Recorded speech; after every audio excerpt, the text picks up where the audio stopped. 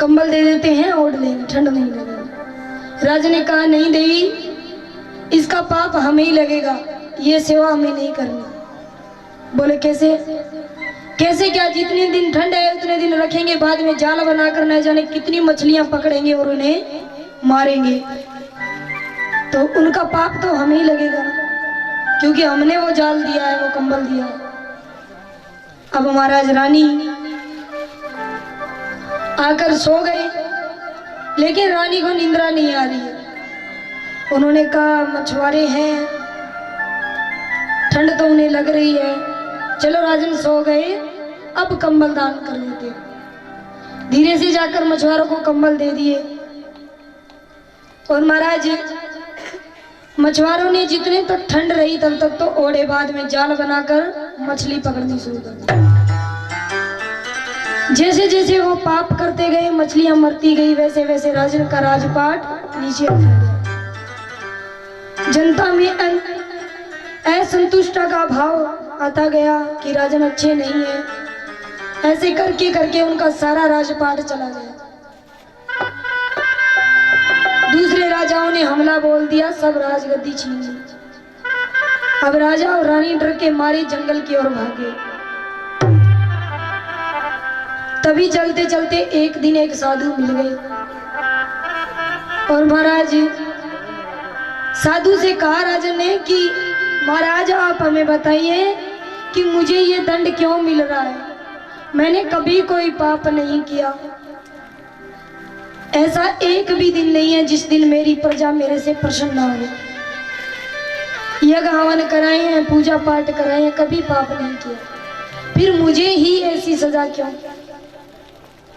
साधु महात्मा ने कहा कि पति और पत्नी दोनों में से एक ही पाप कर दे तो वो है तो घर में ही ना। तो महाराज आपकी पत्नी से पूछिए, इन्होंने बहुत बड़ा अपराध, बहुत बड़ा पाप किया है। उनकी धर्मपत्नी रानी ने कहा कि महाराज मैंने कभी कोई पाप नहीं किए। बोले याद करो देवी, कभी ना कभी तो भूल से हो ही गया होगा। बोले नहीं महाराज, मेरे अच्छी तरह से याद है, मैंने कभी कोई पाप नहीं किया। कहने लगे क्या आपने कंबल दान दिए हैं? राजा तुरंत बोले नहीं नहीं, उसके लिए तो मैंने मना कर दिया था, वो तो नहीं दिए। मगर रानी ने अपनी गलती स्वीकार ली। उन्होंने कहा राजन आप मुझे क्षमा कर दीजिए, जब आप सो गए थे तो मैंने वो कंबल दान कर दिया। साधु ने कहा बहुत मछलियों की हत्या हुई है, उन्हीं का पाप है जो आप ये दंड भुगत रहे हैं। राजा ने कहा ऐसा कैसा हो सकता है? तो महाराज ने कहा कि पुण्य की कमाई हमेशा धर्म के कार्य में लगती है। आप ऐसा करो, ये 1 रुपया ले जाओ और इस संसार में जो आपको पापी से भी पापी दिखे उसे जाकर दे देना। परंतु ये मेहनत से कमाया हुआ 1 रुपया है, मैंने अपनी मेहनत से कमाया है, तो आप कहीं भी जाकर किसी भी पापी को दे दो, लेकिन ये धर्म के कार्य में ही जाएगा। चाहे कोई भी पापी हो उसे दे दो। राजा ने कहा ठीक है, 1 रुपया ले लिया। कुछ दिन बीते, एक दिन राजन को याद आया, अरे वो रुपया तो मेरी जेब में ही पड़ा है, क्यों ना आज परीक्षा ली जाए। महाराज ने कही थी जो बात उसकी। अब राजन गांव में चलने लगे, इधर उधर देखा, महापापी कौन दिखाई दे। देखा कहीं भी नजर नहीं आया, तो एक ब्राह्मण देवता मिल गए। कैसे ब्राह्मण? कि उनके हाथ में मरा हुआ कबूतर ले रखा है ब्राह्मण ने अपने हाथ में। राजन ने सोचा इससे पापी और कौन होगा? अरे ब्राह्मण होकर शिकार खेलता है, इस कबूतर की इसने जान ली है और हाथ में लेकर ऐसे भागा जा रहा है, इससे माँ पापी और कौन हो सकता है? चलो ये रुपया इसी को दे दो।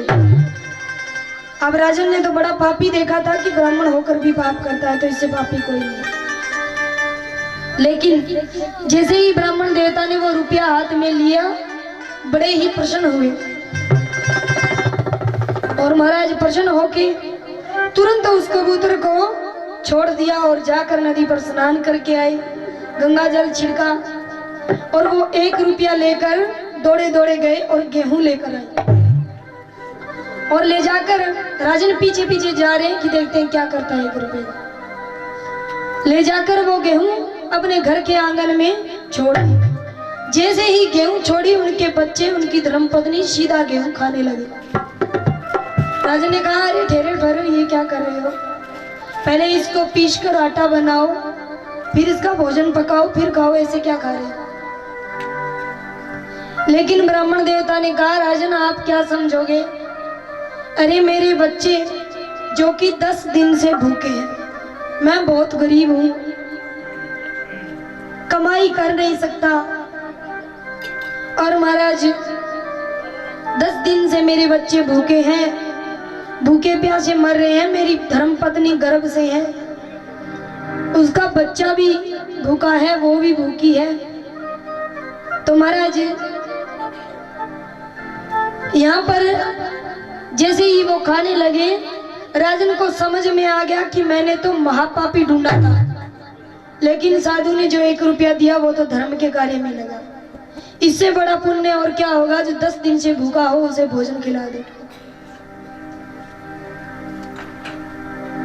तो महाराज कहने का मतलब यही है कि धर्म के कार्य में अगर पैसा लगाओ तो अपनी कमाई का, ये नहीं है कि कहीं से चोरी करके ले आए 1100 महाराज को चढ़ा दो, ये चोरी नहीं है।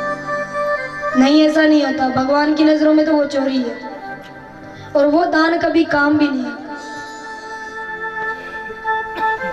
बड़ी अच्छी बात है, आप सबका सहयोग है, यहाँ पर ये कथा चल रही है और यहाँ पर राजा परीक्षित कहते हैं कि सुखदेव जी आप मुझे ये बताएं, चलो आपने बहुत सारी कथाएं सुना दी, भक्तों को दर्शन दिया, सब बता दिया, लेकिन कृपया करके आप ये बताएं क्या कभी भगवान ने पशु को दर्शन दिए, उनकी रक्षा की है। तो महाराज सुखदेव जी कहते हैं कि क्यों नहीं,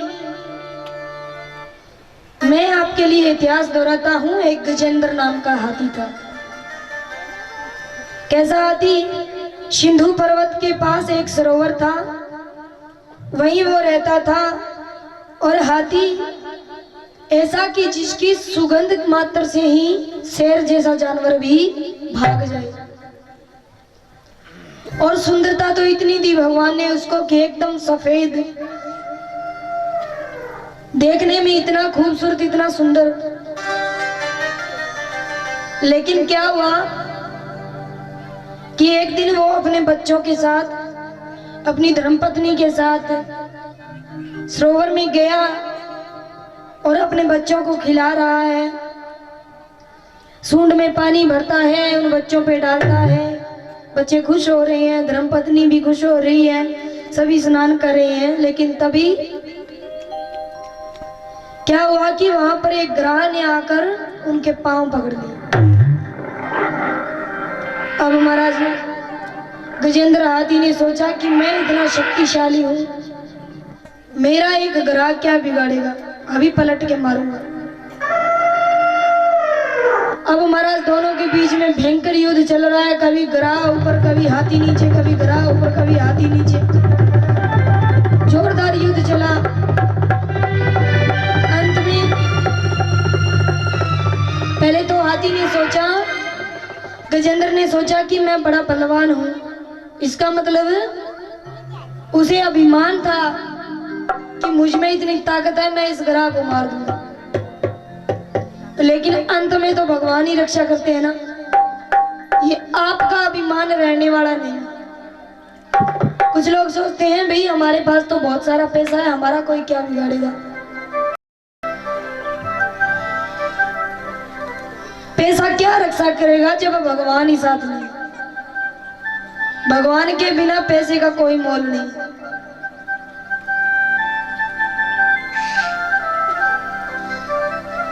और महाराज यहाँ पर गजेंद्र हाथी और ग्राह उनका युद्ध हो रहा है। गजेंद्र हाथी कभी ताकत से ऊपर आ जाता है, कभी ग्राह नीचे खींच लेता है, कभी ऊपर आ जाता है, कभी नीचे खींच लेता है।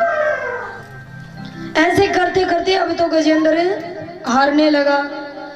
अपनी धर्मपत्नी को पुकारा कि देवी मुझे बचाइए, मेरी रक्षा करिए। अब धर्मपत्नी जी क्या कह रही है, ना जी ना, मैं अंदर आने वाली नहीं, आपको छोड़ के कहीं मुझे पकड़ लिया तो। ये होते हैं संसारिक रिश्ते। जब जरूरत हो ना तो कोई पास नहीं आता। पल में मना कर दिया। गजेंद्र ने अपने पुत्रों से कहा कि पुत्र बेटा मेरी रक्षा करो, ये मुझे जल के अंदर खींचे जा रहा है। बेटों ने कहा पिताजी घनी उम्र ले ली, हमें जीने की कहीं जरूरत है। अरे आप मर जाओ तो कोई बात नहीं, पर मैं तो अभी बचपन ही है, हमें जवान होना है। तो महाराज कोई किसी का नहीं, भगवान के अलावा संसार के सभी रिश्ते झूठे हैं। हम ये नहीं कहते कि संसारिक रिश्ते मत निभाओ, निभाओ, लेकिन इससे परे एक और रिश्ता है, उसे भी निभाओ। क्या? भगवान के साथ रिश्ता। संसार के रिश्ते निभाते रहो, लेकिन परमात्मा को मत भूलो। अब महाराज गजेंद्र हाथी की जब जरा सी सूंड बाहर रही, पूरा का पूरा डूबने लगा जल में। जरा सी सूंड बाहर रही तो कहने लगा, हे नाथ मेरी रक्षा करे। अब महाराज जैसे ही गजेंद्र पुकारता है और क्या कहता है,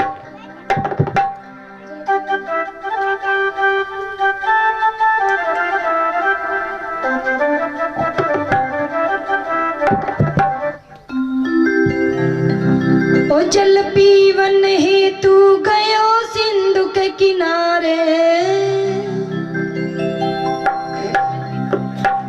क्या कहते हैं गजराज जी? ओ ग्राह पकड़ लियो गजराज आज मझधारे, ग्राह पकड़ लियो गजराज आज मझधारे। जल पीवन हेतु गयो सिंधु के किनारे,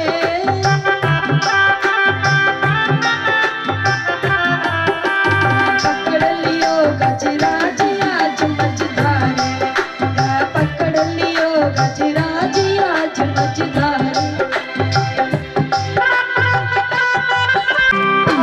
जय हो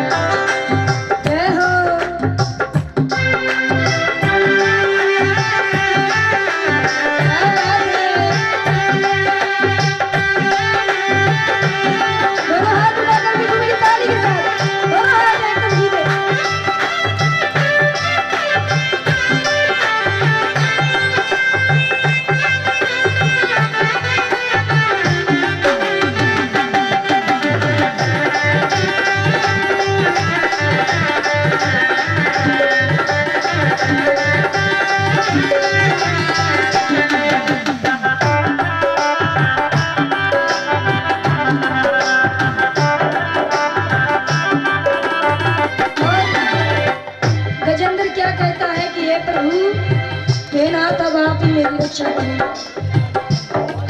तुम सुनो द्वारिका नाथ गजेंद्र पुकारे,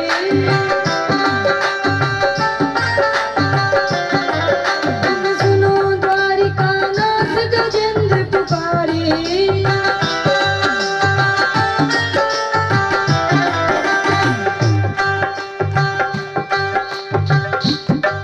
अब राख शरण गजराज गजराज हारे।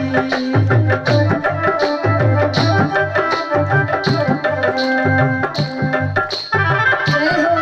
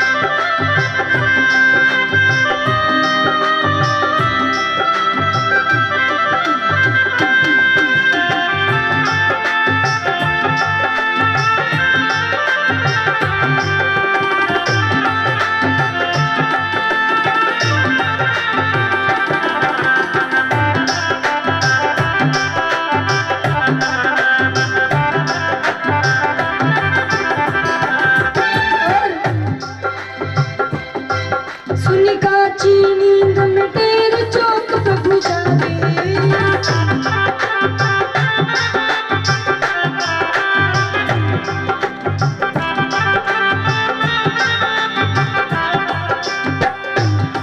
हुए व्याकुल दीनानाथ गरुड़ तज भागे।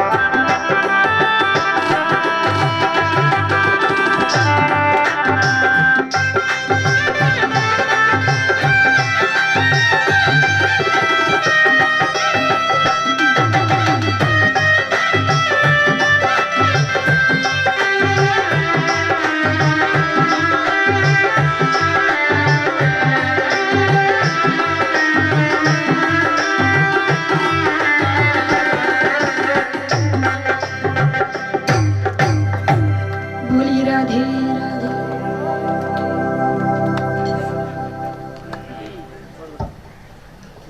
अब महाराज यहाँ पर गजेंद्र हाथी ने जब पुकारा तो प्रभु गरुड़ को छोड़कर ही भाग आए। लक्ष्मी जी कहती हैं कि प्रभु आपके इतने सेवक खड़े हैं, किसी से भी कह दो चले जाएंगे।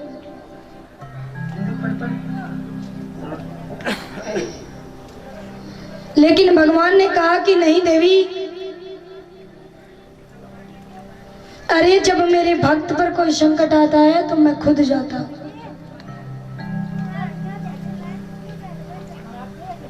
अपने सेवकों को कैसे भेज सकता हूं? महाराज प्रभु ने कहा कि मेरा करुणा सिंधु नाम वेद में गावे, मैं कैसे करूं आराम भगत दुख पावे। अरे जब मेरा भक्त तकलीफ में है, दुख में है, तो मैं आराम कैसे करूं? मुझे तो जाना पड़ेगा। और महाराज इस प्रकार से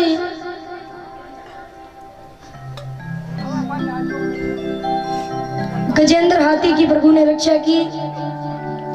अब राजा परीक्षित कहते हैं कि ये जो गजेंद्र है ये है कौन? और यहाँ पर गजेंद्र हाथी एक जानवर होकर भी भगवान का मान सम्मान कर रहे हैं। कैसे कि अपनी सूंड में कमल का फूल लेके आए और प्रभु के चरणों में रख दिया। और महाराज भगवान ने अपना चक्र सुदर्शन चक्र छोड़ा और ग्रह का संहार किया।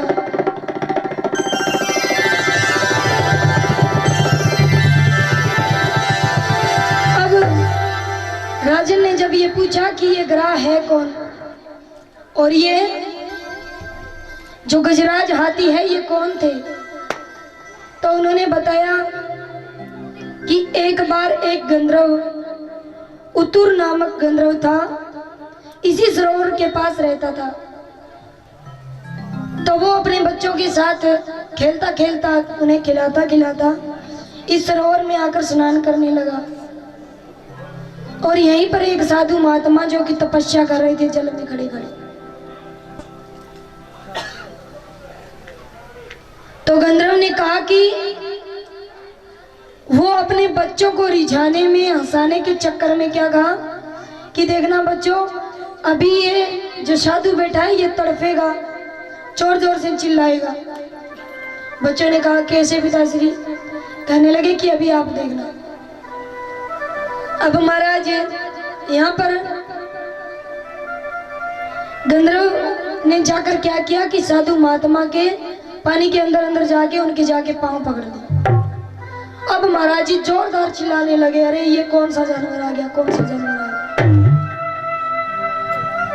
और यहाँ पर उनके बच्चे जो थे वो जोर जोर से हंस रहे हैं, क्योंकि महाराज वो तो बालक है, उन्हें क्या पता। वो जोर जोर से हंसते जा रहे हैं, हंसते जा रहे हैं। और जब महाराज जी बाहर निकले तो उन्होंने श्राप दे दिया कि जिस ग्रह के स्वरूप में तुमने आकर मेरे पांव पकड़े हैं, जाओ उसी योनि को प्राप्त हो जाओ। इसलिए वो श्रापित थे। तब उन्होंने आकर पांव पकड़ लिया कि महाराज आप मुझे क्षमा करें, मैं तो अपने बच्चों को खिला रहा था, उन्हें हंसाने के चक्कर में मैंने ये पाप कर दिया। तब महाराज जी ने कहा चलो श्राप तो वापस तो नहीं लिया जा सकता, लेकिन आप ग्रह की योनि में जाओगे, परंतु आपको लेने के लिए भगवान आएंगे, आपका श्रृंगार भगवान ही करेंगे। और महाराज गुरुजी ने ये श्राप दे दिया। ऋषि आए,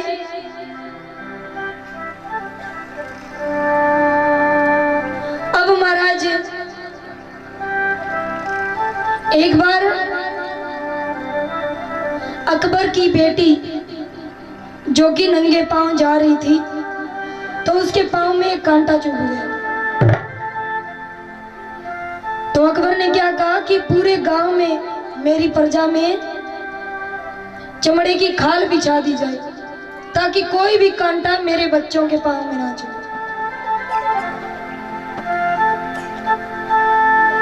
अब महाराज वहीं पर बीरबल खड़े थे, उन्होंने कहा महाराज इतना चमड़ा पूरे गांव भर में बिछाओगे, कितना चमड़ा लगेगा, इतना चमड़ा कहां से लेके आएंगे? ब्राह्मण भी यहाँ पर आते हैं, साधु महात्मा जी आते हैं, ये तो पाप हो जाएगा, क्या चमड़े पर वो चलेंगे? बहुत बड़ा अपराध है ना। क्यों ना आप ऐसा करें, पूरे गांव से बिछाने से तो अच्छा है अपनी बेटी के पांव में जूती बनवा दो, ताकि उनके पांव में कभी कांटा ही नहीं चुभे। अब महाराज अकबर को बात समझ में आ गई। तो कहने का मतलब ये है कि हम लोगों के अवगुण ढूंढने की कोशिश करते हैं, पहले अपने अवगुण तो देख लें कि क्या क्या गलतियां हैं। दूसरों की गलतियां निकालते हैं कि वो ऐसा है, वो ऐसा है, पहले अपनी गलती तो सुधारो।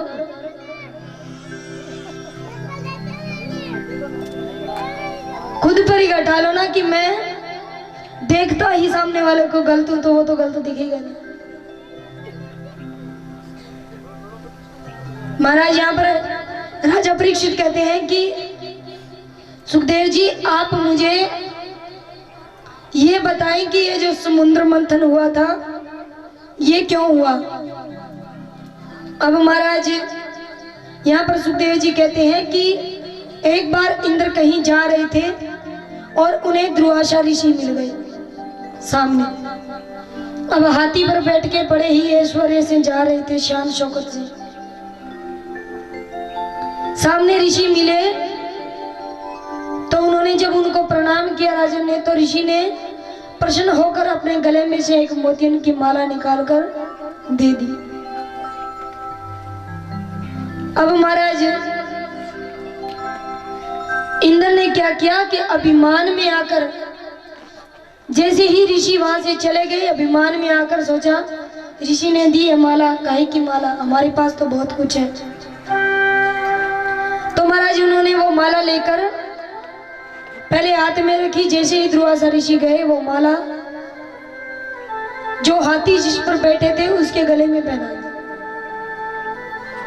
अब महाराज हाथी जैसे चला कुछ देर तक तो माला रही, धीरे धीरे करके वो माला टूट गई। अब एक एक माला का मोती बिखरता जा रहा है। कुछ समय बीता, उसी रास्ते से दुर्वासा ऋषि वापस आ रहे थे। तो महाराज उन्होंने, उनकी नजर उन मोतियों पर पड़ी, जमीन पर पड़े थे। देखा तो कहा कि अरे ये तो वही मोती है जो मैंने माला इंद्र को दी थी। अब इंद्र के पास आकर पूछा, भाई मैंने जो तुझे माला भेंट में दी वो कहाँ है? बोले महाराज मैंने तो वो माला हाथी के गले में पहना दी, मुझे नहीं पता कहाँ।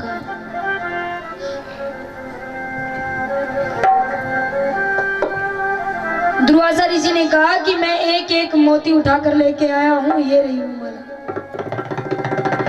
न जाने कितने इस माला के ऊपर से गुजरे हैं, पांव के नीचे आई है। तूने मेरा इतना बड़ा अपमान किया, पद प्रतिष्ठा में आकर तू भगवान को भूल गया, गुरु महिमा को भूल गया।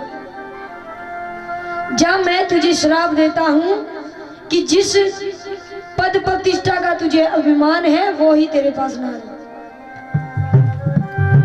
अब महाराज जैसे ही श्राप दिया, यहाँ पर जो दैत्यों के गुरु थे शुक्राचार्य जी, उन्हें खबर लगी कि अभी इंद्र श्रापित है। उन्हें मौका मिल गया, उन्होंने कहा कि इंद्र श्रापित है, अब वो हारेगा चाहे कुछ भी हो जाए, क्योंकि महाराज जी ने श्राप दिया है। अब महाराज यहाँ पर जो शुक्राचार्य थे उन्होंने दैत्यों से कहा कि हमला बोल दो। अब उनका भयंकर युद्ध हुआ और इंद्र अपना आसन हार गए। महाराज आसन हारने के बाद भगवान ने सोचा कि दैत्यों को आसन देना काम की बात नहीं है, तो कहा कि क्यों ना समुद्र मंथन किया जाए, उसमें जो अमृत निकलेगा वो देवताओं को पिलाकर फिर उन पर हमला बोलेंगे। अब महाराज ये प्रस्ताव दैत्यों के आगे जाके रखा, तो दैत्यों ने कहा कि भी हम तो नहीं करेंगे, क्योंकि ये समुद्र मंथन अकेला कोई नहीं कर सकता था, ना तो देवता और ना ही दैत्य, दोनों को मिलकर ही करना पड़ेगा। लेकिन जब बाद में दैत्यों को खबर लगी कि वहां अमृत निकलेगा, तो वो राजी हो गए कि ठीक है। उन्हें भी समझ में आ गया कि अकेले तो हम भी नहीं निकाल सकते। अब महाराज यहाँ पर मद्राजल पर्वत और बासुकी नाग की रस्सा बनाया गया और समुद्र मंथन करने की तैयारी की। जैसे ही मंथन करने लगे तो मद्राजल पर्वत हिलने लगा। और महाराज उस वक्त भगवान ने कच्छप का अवतार धारण किया और महाराज अपनी पीठ पर मद्राजल पर्वत को रखा और यहाँ पर मंथनी शुरू की गई। लेकिन उससे पहले भगवान ने सोचा कि अगर इनसे जीतना है तो इन्हीं की बुद्धि के हिसाब से चलते हैं, इन्हें हराना है तो इन्हीं की बुद्धि से हराते हैं। कैसे? भगवान कहते हैं सभी देवी देवताओं को पास में बुलाया और कहा कि आप बस इतना ही कहते जाना कि हमें तो बासुकी नाग के मुख के आगे रहना है। अब हमारा सभी बार बार कह रहे हैं कि भाई हमें तो मुख के आगे रहने हैं, मुख की साइड से हम पकड़े हैं। यहाँ पर देते हैं और महाराज अगर कोई आपकी प्रशंसा करे तो समझ जाना चाहिए कोई ना कोई जाल बिछाया जा रहा है, और अगर कोई दुश्मन आपकी प्रशंसा करे तो सबसे ज्यादा समझना चाहिए अभी तो कोई हमारी तरफ कोई षड्यंत्र रचा जा रहा है। यहाँ भगवान दैत्यों की प्रशंसा कर रहे हैं, कहते हैं भाई ये तो राजा है, इनका राजकाज है, ऐसा करो हम मुख की तरफ रहेंगे और उन्हें पीछे की साइड में रखेंगे। अब महाराज बार बार ये कहने पर कहते हैं ना कि जब बिल्ली वार करती है तो पहले पीछे जाती है, फिर दौड़ कर आती है और महाराज बाण भी तो पहले पीछे ही जाता है और जब आकर लगता है तो प्राण ले ही लेता है। इसलिए जब दुश्मन प्रशंसा करे तो उससे बचना चाहिए, उसके चक्कर में कभी नहीं आना। यहाँ पर महाराज सभी देवी देवता कह रहे हैं कि हमें मुख की तरफ रहना है, मुख की तरफ रहना है। तो सभी ने सोचा दैत्यों ने कि क्या कारण है, ऐसी क्या बात है जो ये मुख की तरफ रहना चाहते हैं, कोई ना कोई बात है तभी तो ये बार बार कह रहे हैं। अब यहाँ पर दैत्यों ने कहा कि राजा हम हैं, हमारा राजपाट है, तो मुख की तरफ तो हम रहेंगे। भगवान ने कहा यही तो हम चाहते हैं कि आप इस तरफ रहो ताकि जल्दी मरो। अब महाराज दैत्य मुख की तरफ आए और मथनी शुरू की गई और सबसे पहले उसमें क्या निकला, बासुकी नाग से मुख से जहर निकला और वो जहर जैसे ही जिस जिस पर दैत्य पर पड़ा वो सब के सब नष्ट हो गए। तब दैत्यों के समझ में आया अरे महाराज तभी ये कह रहे थे मुख की तरफ जाएंगे, मुख की तरफ जाएंगे, ये चक्कर है। अब फिर से जब मथनी शुरू की गई तो पहले ऐरावत हाथी निकला, शीशे का घोड़ा निकला, लक्ष्मी माता निकली और सबसे पहले लक्ष्मी माता वरमाला हाथ में लेके सबके आगे आगे से गुजर रही है। ऋषियों के आगे से जाती है तो कहती है कि नहीं, इन्हें तो क्रोध बहुत आता है, इनमें सब गुण नहीं है। और महाराज देवताओं के आगे से जाती है तो कहते हैं कि अभिमान बहुत है, ज्ञान तो है लेकिन अहंकार बहुत है। सबसे आगे से जा रही है तभी विष्णु भगवान के आगे से जाती है तो क्या सोचती है, क्या देखती है कि इनमें दया भी है, दया की भावना है, धर्म का भी है, अहंकार भी नहीं है, ज्ञानी भी है। तो मैया ने उनको वहां पर वरमाला पहना दी और महाराज बुद्धि विवेक सब कुछ है तो उन्हें माला पहनाई। फिर अंत में अमृत निकला। अब हमारा दैत्य और देवी देवता सभी झगड़ने लगे अमृत के लिए, बड़ा जोरदार झगड़ा हुआ और भगवान ने उसी वक्त, क्योंकि दैत्य बड़े कामी थे, उसी वक्त भगवान ने मोहिनी रूप धारण किया, बड़ी ही सुंदर स्त्री। अब दैत्यों ने जैसे ही देखा उनके पीछे हो दिए। अब महाराज भगवान ने मोहिनी रूप में उन्हें मदिरा पान करवाते गए। सब मदिरा पान करें क्योंकि काम है। यहाँ पर भगवान उधर मोहिनी रूप में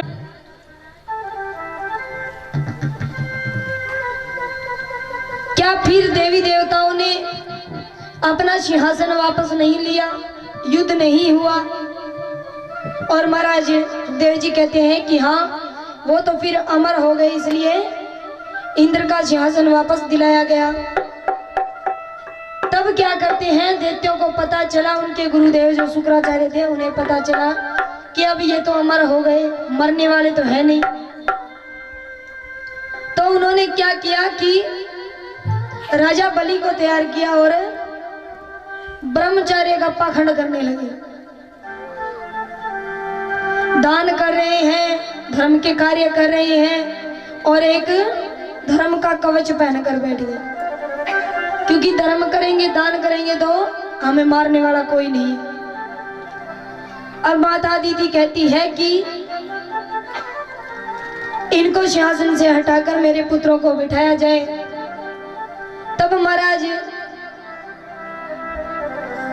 राजा बलि से एक दिन शुक्राचार्य जी कहते हैं कि विश्वजीत यज्ञ करवाया जाए। बहुत बड़ा यज्ञ रखा और पूरी प्रजा में कह दिया कि आज राजा बलि से जो कुछ भी मांगेगा उसे वो सब कुछ मिलेगा। बहुत बड़ा दान हो रहा है, सभी आते हैं, कोई कुछ मांगता है, कोई कुछ मांगता है। तभी महाराज भगवान जानते थे कि धर्म के कार्य कर रहे हैं तो इन्हें मार तो सकते नहीं, तो इन्हीं के हिसाब से ही क्यों ना इनका सब कुछ छीन लिया जाए।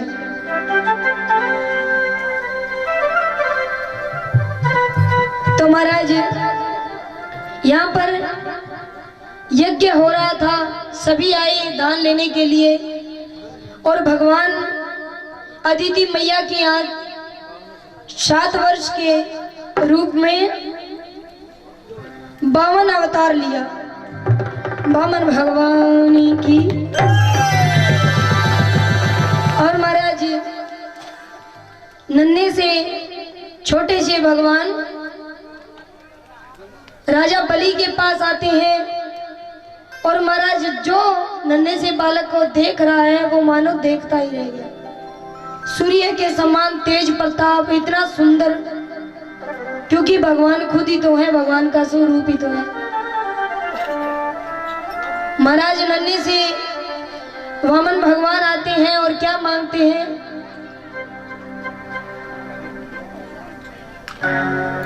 जैसे ही उन्होंने बाहर से आवाज लगाई कि भिक्षाम देही, राजन यज्ञ से खड़े होने लगे राजा बलि। तभी शुक्राचार्य जी ने रोक दिया कि नहीं, अभी यज्ञ शुरू हो गया, यज्ञ संपन्न होने के बाद ही आप जा सकते हैं। अगर कोई लेने के लिए आया है तो उन्हें इंतजार करने दो। अब महाराज यहाँ पर वामन भगवान बाहर से ही इंतजार कर रहे हैं और आवाज लगा रहे हैं, तेरे द्वार कड़ा भगवान भगत भर दे रे झोली, भगत भर दे रे झोली।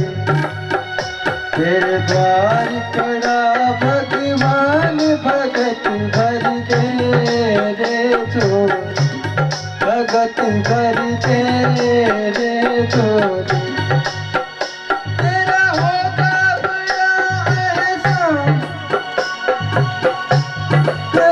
युग तेरी रहेगी शान, भगत भर दे रे झोली।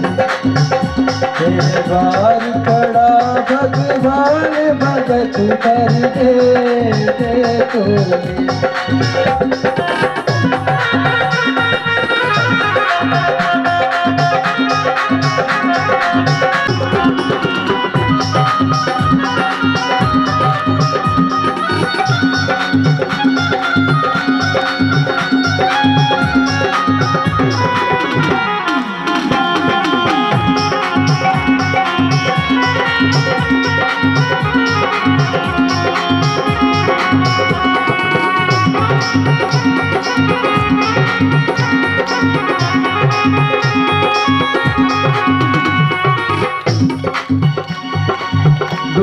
डोला गगन है सा,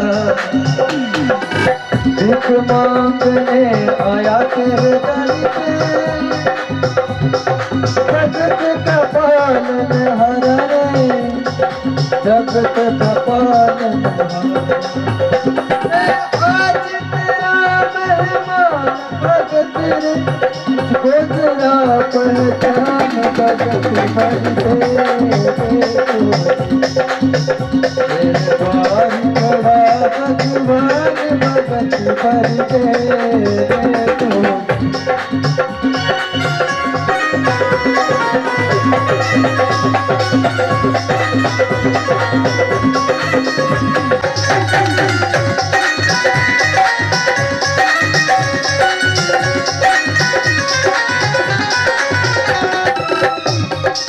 लुटा तेरे सरस अपना बनल कहना मेरा आज लुटा तेरे सरस अपना बनल कहना मेरा मिट जाएगा पल में तेरा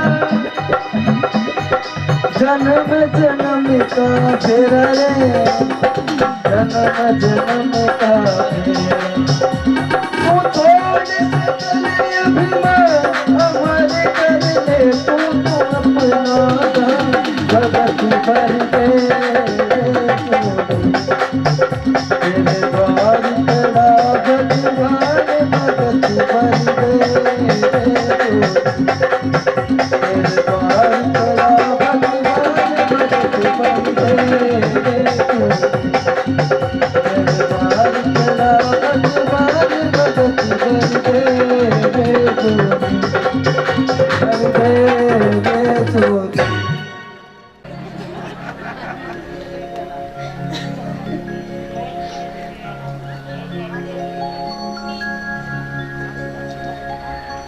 प्रेम हुई ठीक है।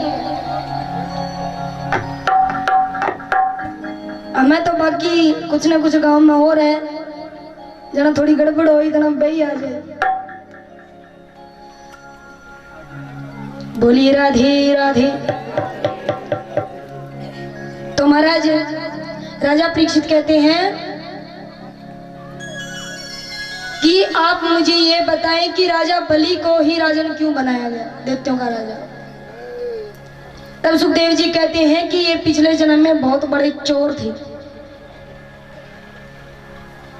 खूब चोरी किया करते थे, और एक बार उन्हें ये पता चला कि कोई राजा आ रहा है बड़ी ही धन दौलत लेकर और इस रास्ते से जाएगा। यहाँ पर उन्होंने तैयारी कर ली और अपने साथियों के साथ चले गए। साथ में भोजन ले लिया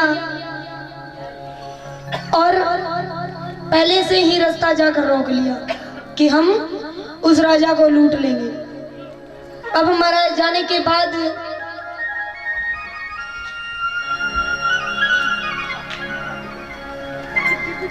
जैसे ही उन्हें भूख लगी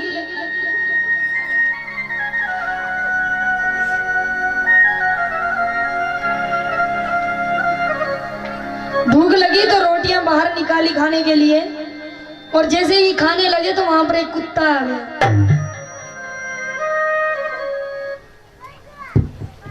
और महाराज जैसे ही रोटी को तोड़कर ऐसे मुख की तरफ करने लगा तो कुत्ता यूं देख रहा है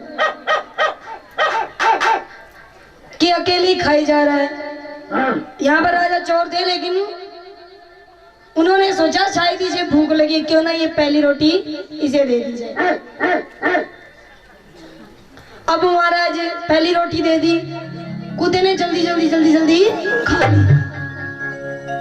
फिर से राजा खाने लगे तो फिर से देख रहे हैं। राजा ने क्या किया, दूसरी रोटी और दे दी। अब तीसरी, चौथी, पांचवी, छठी, सातवीं, 7 की 7 रोटियां उसको दे दी।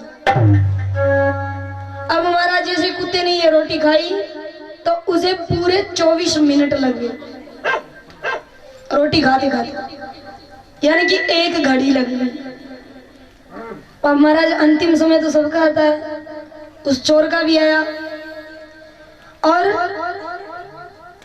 भगवान के धाम में जाने के बाद, क्योंकि वो पापी था, यमराज ने कहा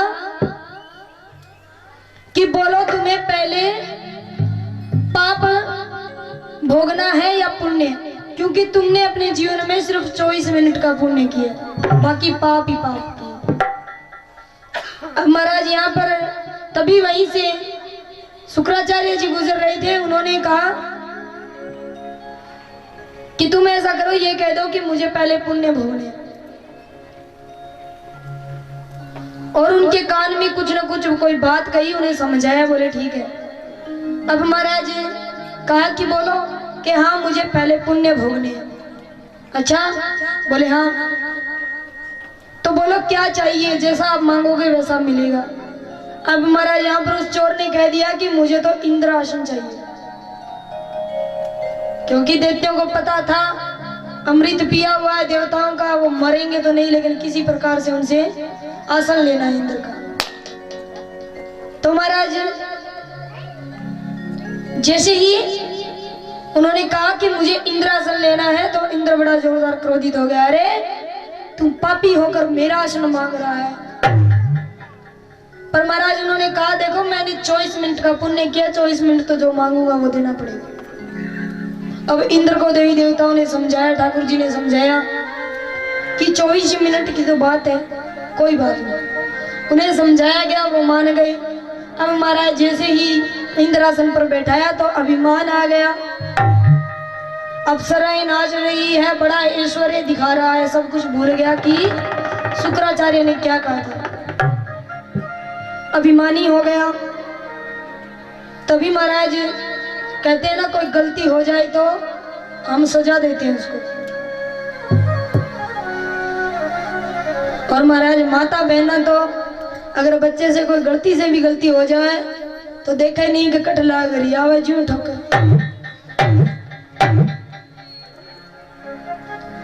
अब महाराज इंद्रासन दे दिया। अब शुक्राचार्य ने सोचा कि अरे ये तो अभिमानी हो गया, 24 मिनट की बात है, ये कैसा मूर्ख है, सब कुछ भूल गया जो बताया था। शुक्राचार्य ने एक कंकर उठाया और सर पे दे मारा। जैसे ही कंकर लगा, अरे मैं क्या करने आया था और क्या कर रहा, भूल गया मैं तो। मार पड़ते ही सब कुछ समझ में आ जाता है। और महाराज उन्हें याद आ गया और कहा कि अब राजा मैं हूं। तो महाराज ब्रह्मलोक, मृत्युलोक, पृथ्वीलोक सब मेरा है, तो मैं इस वक्त बहुत बड़ा दान करना चाहता हूँ, एक शपथ लेना चाहता हूँ। क्या? शुक्राचार्य जी कहा कि आप जाइए जल लेकर आइए। और जल हाथ में लिया और कहा कि मैं जल को साक्षी मानकर कहता हूँ कि मैं अपना इंद्र आसन अपने गुरुदेव शुक्राचार्य को दान में देता हूँ। अब महाराज ठाकुर जी बड़े जोरदार घबरा गए, अरे ये क्या हुआ, इंद्र आसन दान में दे दिया। अब महाराज यहाँ पर ठाकुर जी आए, उन्होंने कहा ये तुमने क्या कर दिया। ठाकुर जी का जो दर्शन कर ले उसे नरक लोक नहीं जाना पड़ता, चाहे वो पापी क्यों ना। ये सोच के पाप मत कर लेना, क्योंकि उनके दर्शन पाप करने से नहीं होता। अब भगवान जब उनके सामने आए, उन्हें समझाया कि ये तुमने क्या कर दिया। बोले मैंने तो दान दिया, सो दे दिया, अब क्या हो।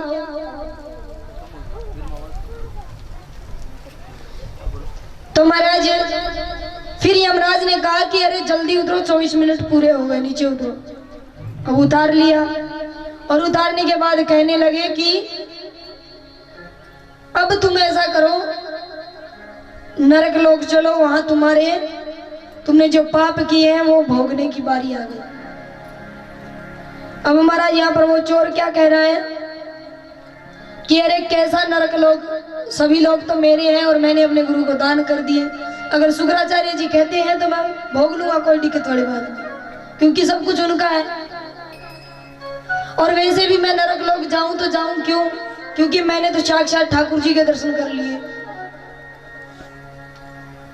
और महाराज इस प्रकार से कहते हैं कि वही चोर ही तो राजा बलि है, इसलिए उनको राजा बनाया गया, क्योंकि उन्होंने शुक्राचार्य जी का कहना माना और उन्हें वो राजपाट दिलाया। इसलिए उन्होंने कहा कि अभी तो 3 लोक 14 भवन सब कुछ मेरा है, तो मैं दान कर सकता हूं। तो महाराज इस प्रकार से ये था वामन अवतार। और महाराज कहते हैं कि कौन कहता है कि भगवान गृहस्थ आश्रम में नहीं आते, अवतार नहीं लेते।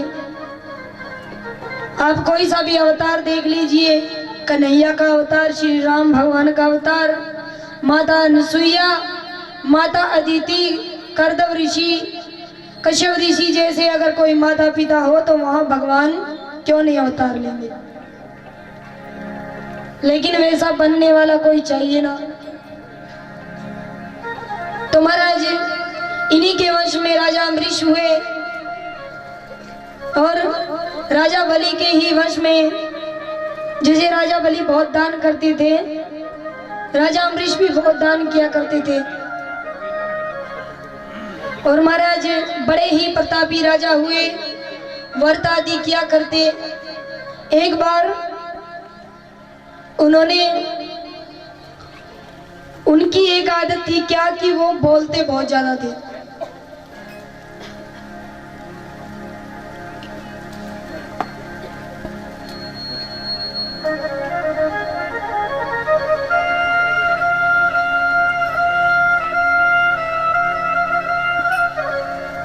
और महाराज वो जैसे ही स्नान करने के लिए गए तो उन्हें दुर्वासा ऋषि मिल गए।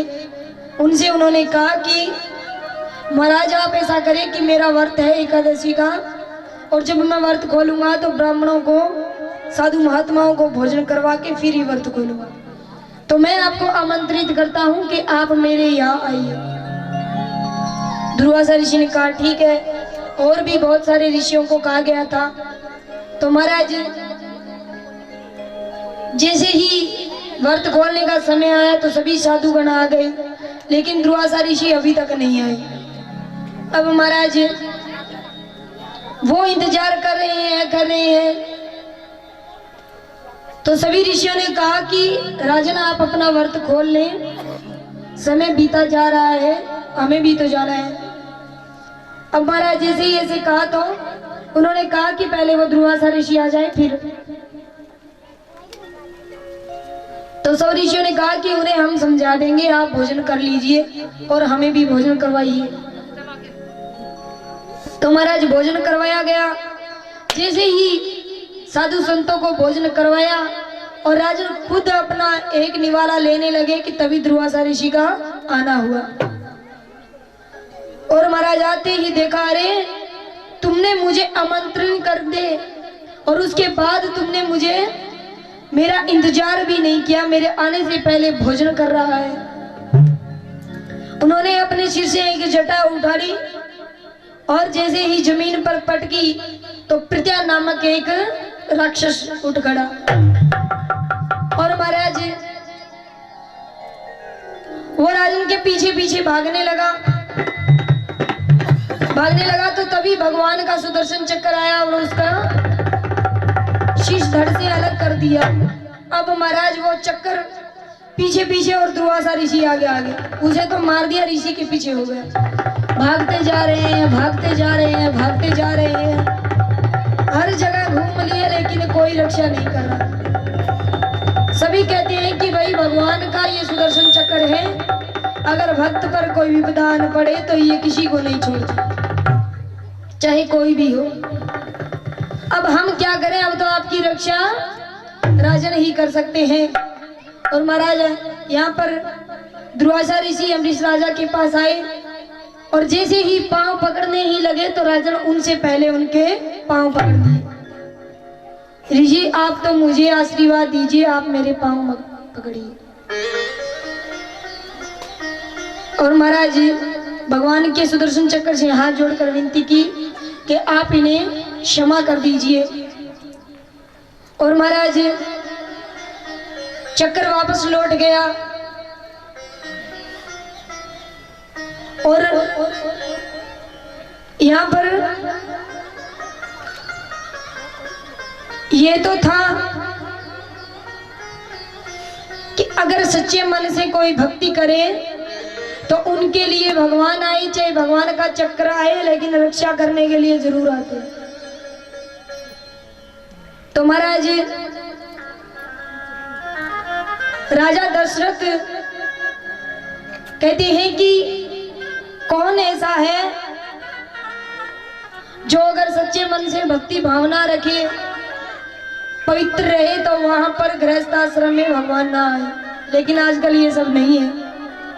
तो उन्हीं के वंश में राजा दशरथ हुए और महाराज राजा जनक जिनकी पुत्री सीता मैया, उन्होंने स्वयंवर रचा।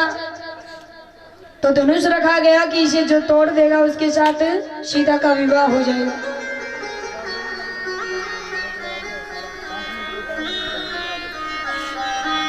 हाँ महाराज 5 मिनट का ब्रेक है।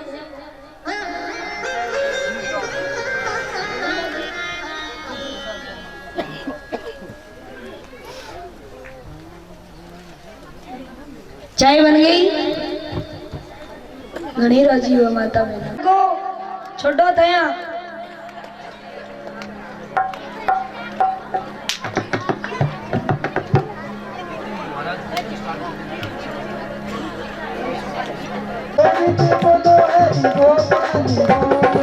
गोविंद बोलो हरि गोपाल बोलो, गोविंद बोलो हरि गोपाल बोलो, राधा रमण हरि गोपाल बोलो, राधा रमण हरि गोपाल। थी कौशल्या, सुमित्रा और कैकेयी,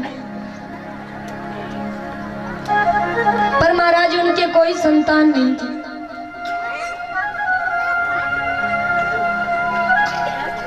बहुत सारे पूजा पाठ करवाए लेकिन कोई फायदा नहीं हुआ। तो उन्होंने एक यज्ञ करवाया और महाराज उस यज्ञ में से खीर निकली। ऋषियों ने कहा कि ये खीर जाकर अपनी धर्मपत्नियों को खिला दो, आपको पुत्र की प्राप्ति हो जाएगी। अब महाराज राजन वो खीर घर पर लेकर आए, तीनों देवियों को दी गई, पर सुमित्रा और कौशल्या मैया ने तो वो खीर संभाल कर रखी, लेकिन कैकेयी मैया भूल से खिड़की में रखकर भूल गई।